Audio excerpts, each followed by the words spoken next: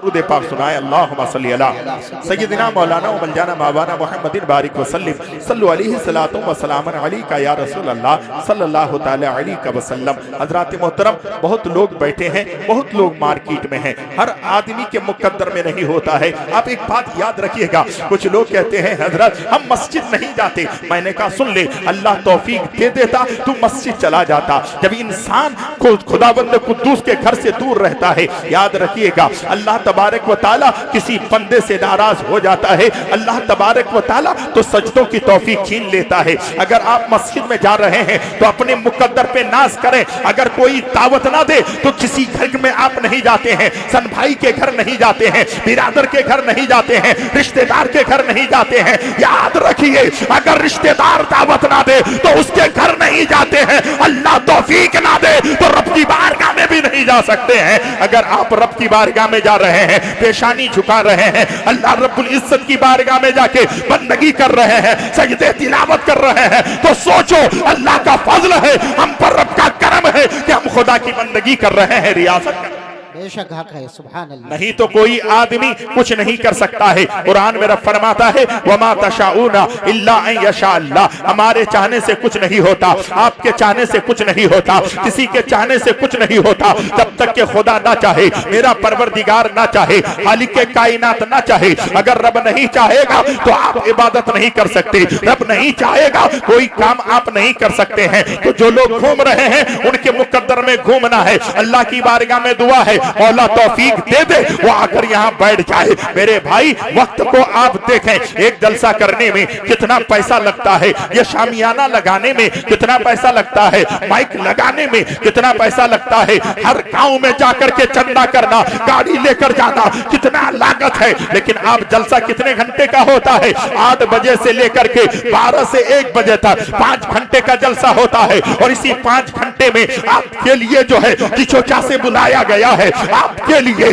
बरेली से बुलाया गया है, आपके लिए इलाके से नहीं बल्कि बाहर से भी खुतबा शोरा को दावत दी गई है, ताकि हमारे इलाके में एक इनकलाब आ जाए, हमारे इलाके में एक मुआशरे के अंदर सुधार पैदा हो जाए। नहीं तो हालात ऐसे हैं, कुछ लोग ये भी कहते हैं अब जलसा कराने की जरूरत नहीं है। मैं आपसे पूछना चाहता हूँ, अगर आप जलसा भी कराना बंद करना चाहते हैं तो 50 साल की उम्र का आदमी, 60 साल की उम्र का आदमी किसी मकतब में पढ़ने जाएगा क्या? किसी दारुल में जाएगा क्या? किसी जामिया में जाएगा क्या? तो नहीं जाएगा। अगर जलसा कर रहे हो तो वजू का तरीका यहाँ सिखाया जा रहा है, गुस्ल का तरीका यहाँ सिखाया जा रहा है, माँ बाप के साथ उसमें सुलूक से पेश आने का तरीका वो लोग बताते हैं। जलसा भी होना जरूरी है और जलसे में आकर के खुदा की कसम सुधरने का जज्बा लेकर आना भी जरूरी। बेशक हक है, सुभान अल्लाह। अगर आपने ऐसा नहीं किया तो आपको पता कैसे चलेगा? मेरे आका फरमाते हैं अगर आपको किसी से दोस्ती करनी है तो उसके अंदर 3 चीजें देखना,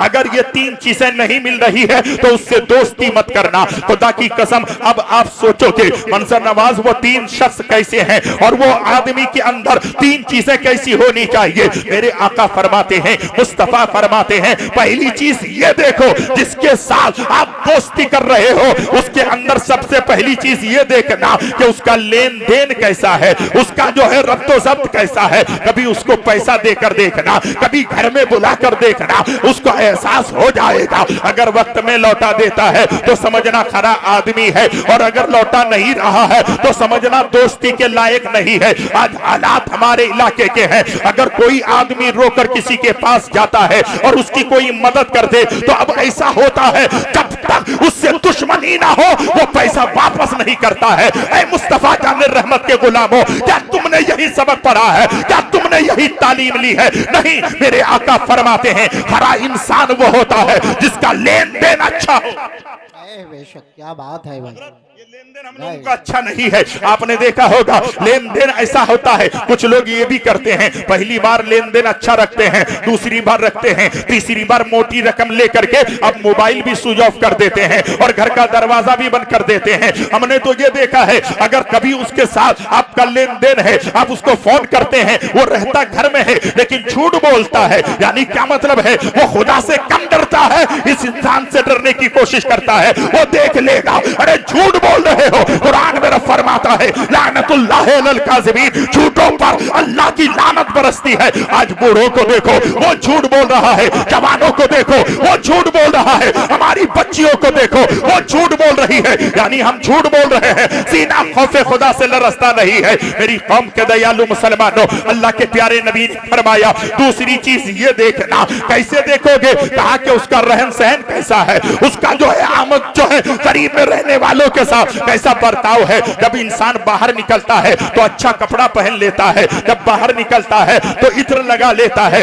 जब बाहर निकलता है तो अच्छी गाड़ी में सफर करता है, जब बाहर निकलता है उसको देख करके लोग जो है कह नहीं पाता है कि ये आदमी कैसा होगा। इसलिए आका फरमाते हैं उसके पड़ोस में रहकर देखना, उसके करीब में रहकर देखना, तब एहसास होगा इस आदमी की जिंदगी कैसे गुजर रही है, शब रोज कैसे गुजर रहा है, ये क्या कर रहा है। पड़ोसी बता सकता है ये क्या करता है कि अगर खाना पका है, गोश्त पका है तो उसमें शोरबा ज्यादा डाला है कि नहीं है, या जो है करीब में रहता है कोई आदमी बीमार है तो उसकी तैमादारी के लिए जाता है कि नहीं है, अगर कोई दावत दे रहा है उसकी दावत को जो है निभाने के लिए जाता है कि नहीं है। अगर ये चीजें नहीं पाई जाती है तो समझना वो सब कुछ के लायक है, तुम्हारी दोस्ती के लायक है। बात है, हालात बहुत बुरे हैं। और दूसरी चीज क्या है? पहली चीज आपने देखा है लेन देन करके देखो, दूसरी चीज उसके करीब में रह करके देखो, और तीसरी चीज ये है अगर दोस्ती करनी है तो तीसरी चीज याद रखिएगा, वो तीसरी चीज है उसके साथ सफर करके देखना। सफर करके देखोगे, अब यहाँ से आप जो है कलकत्ता जा रहे हो, तकरीबन 10 घंटे का सफर है। जब 10 घंटे के सफर में आप जा रहे हो, तुमको पता नहीं है वो शराब जो है चुपके पी रहा है, सिगरेट चुपके से पी रहा है, गलत काम चुपके से कर रहा है, तुमसे दोस्ती करता है। लेकिन अगर उसके साथ सफर कर रहे हो तो सफर में आप जा रहे हो, अब वो जो है 2 घंटा बर्दाश्त करेगा, तीसरे घंटे में सिगरेट निकाल लेगा, उसके बाद बर्दाश्त नहीं कर पाएगा, उसके अंदर जितने ऐब है तेरे सामने आ जाएंगे, तुम्हें एहसास होगा ये मेरे दोस्ती के लायक है कि नहीं।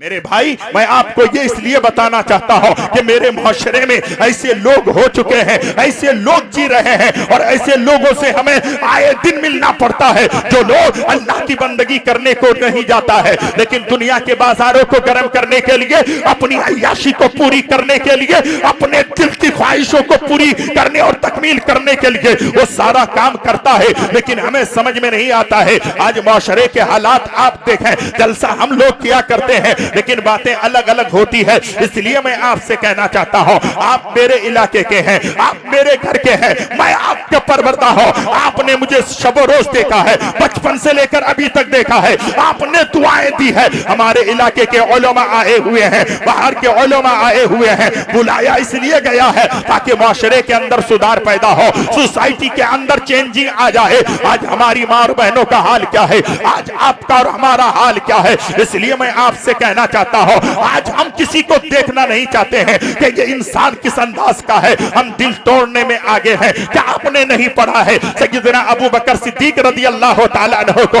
मेरे मुस्तफा जान रहमत ने दुनिया में जन्नत की बशारत दे दी थी। हम में से कोई ऐसा नहीं है जिसको जन्नत की बशारत मिली हो, लेकिन फिर भी हम गुरूर कर रहे हैं, तकब्बुर कर रहे हैं, अपने आप पर फूल रहे हैं। ऐ मुसलमानों, जरा गौर से सुनना, खुदा की कसम तारीख गवाह है, नबी ने दुनिया में जन्नत की बशारत अबू बकर सिद्दीक को दी है, अफजलुल बशर जो है जन्नत की बशारत दी है। लेकिन देखिए खुदा की कसम, आज हालात ऐसे हैं, हम अपने माँ बाप की कदर नहीं करते, पड़ोस वालों की कदर नहीं करते, अपने वालों की कदर मंजिलत को निगाहों के सामने नहीं रखते। लेकिन सैयदना अबू बकर सिद्दीक की जिंदगी देखें, हजरत सैयदना अबू बकर सिद्दीक देखते हैं, एक बेवा औरत जो है मदीने के बाहर रहती है, लेकिन वो बेवा है और झोपड़ी में रहती है, उसका बेटा नहीं है, शोहर नहीं है। आज अपने माँ बाप की कदर हम नहीं करते, लेकिन उनकी जिंदगी हमारे लिए एक नमूना है। साहबे किराम की जिंदगी हमारे लिए दर्से अमल है। नबी ने फरमाया था, कालू माना अलैहि वसाबी, जो मेरे और मेरे साहबा के दर्से अमल पर जिंदगी गुजारेगा वो जो है कामयाब और कामराब हो जाएगा। हक है, सुभान नहीं तो आप कामयाब नहीं हो सकते। तुम्हारी जिंदगी में देखनी है कि मेरे कदम उठ रहे हैं, ये कदम किस तरीके से उठ रहे हैं।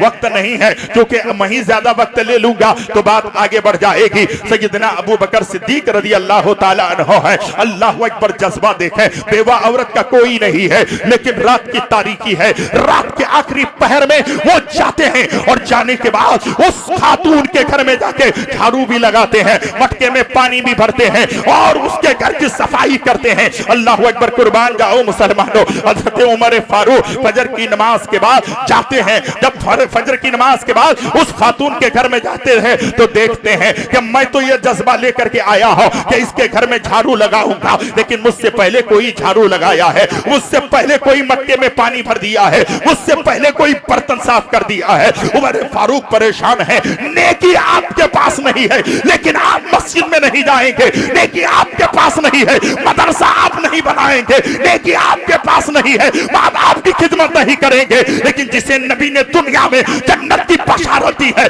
लेकिन नेकी का जज्बा कितना, बेशक बेशक हक है, नेकी का जज्बा कितना सीने में है। मेरी कौम के दयालु मुसलमानों, सैयदना अबू बकर सिद्दीक हैं, उमर फारूक फजर की नमाज के बाद देखते हैं, जाते हैं, लेकिन कहते हैं कि मैं तो गया हूं, लेकिन मुझसे पहले कोई आया है, घर साफ कर दिया है, मटके में पानी भर दिया है, पूरे बर्तन साफ कर दिया है। बेवा औरत कोई रिश्ते में नहीं लगता है, लेकिन जानते हैं खुदा की कसम, अगर किसी भी खातून हो या किसी भी इंसान की मदद करते हो तो खुदा भी राजी होता है, मुस्तफा भी राजी होते हैं। आप ऐसा काम नहीं करते। उन्होंने कहा कि मुझसे पहले ये कौन आदमी है, कौन शख्स है, मुझसे पहले जाकर के ये बेवा औरत के घर की सफाई कर देता है, ये कौन अच्छा अफसल इंसान है जो मुझसे पहले ये काम कर जाता है। अल्लाह अकबर, तैयार हुए, कहा आज मुझे फजर से पहले जाना है। हजरत उमर फारूक गए और उस घर के करीब जाकर के छुप गए। हजरत सैयदना अबू बकर सिद्दीक रज़ी अल्लाह ताला अन्हु फजर से पहले जाते हैं और जाने के बाद उस बेवा खातून के घर में